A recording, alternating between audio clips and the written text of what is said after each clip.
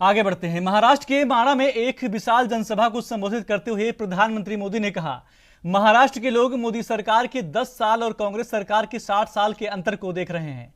कांग्रेस जो 60 साल में नहीं कर पाई है, वो काम हमने 10 साल में करके दिखाया है।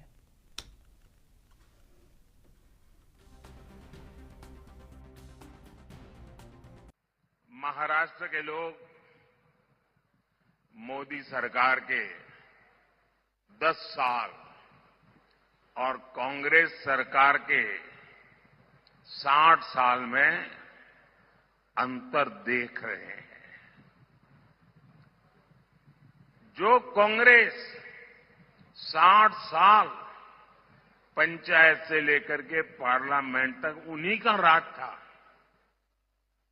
और किसी की आवाज ही नहीं थी, विपक्ष तो था ही नहीं और मीडिया भी बहुत छोटा था उस समय। लेकिन 60 साल में जो नहीं कर पाए, ये आपके सेवक ने 10 साल में करके दिखाया है।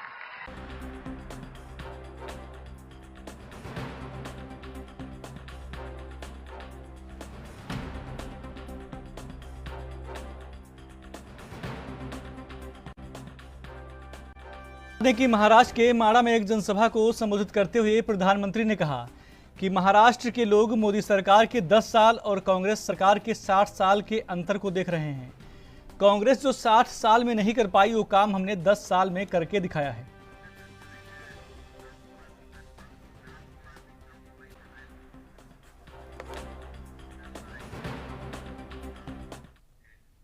और खबर पर ज्यादा जानकारी के लिए हमारे संवाददाता रामकुमार गुप्ता जुड़ गए हैं।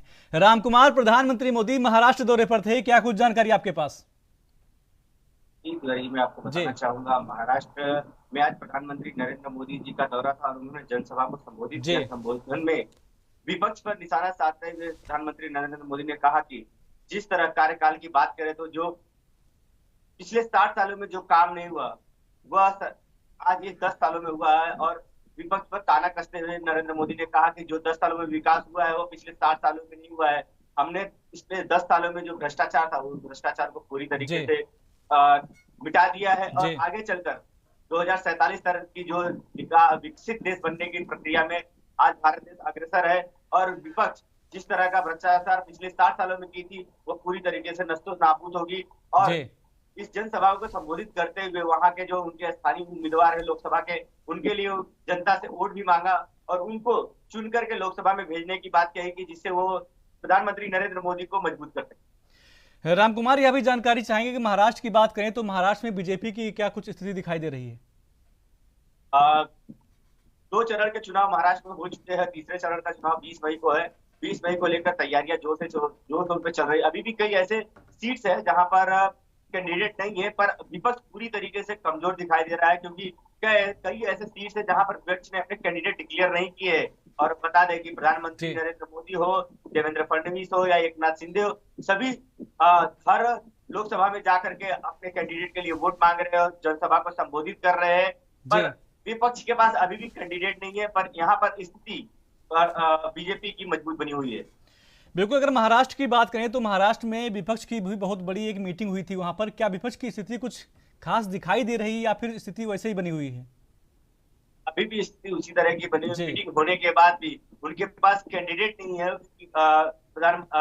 भाजपा के कैंडिडेट के सामने या महायुति के कैंडिडेट के सामने वो इंडिया आघाड़ी का कैंडिडेट खड़ा कर सके, उनके पास कैंडिडेट नहीं है जो किस कैंडिडेट को किस चुनाव। और अब मुंबई की बात करें तो 3 तारीख तक का लास्ट नॉमिनेशन का डेट दिया गया है और अभी पर 5 लोकसभा क्षेत्रों में से बात करें तो एक पर भी उनके कैंडिडेट डिक्लेयर नहीं किए गए। अब पूछने वाली बात यह है, चुनाव कितने दिनों में चुनाव प्रचार प्रसार करेंगे और कितने दिनों के बीच में जनता के बीच में जाकर 3 दिन का समय बीत जाता है तो वो किस तरह से चुनाव की तैयारी करेंगे?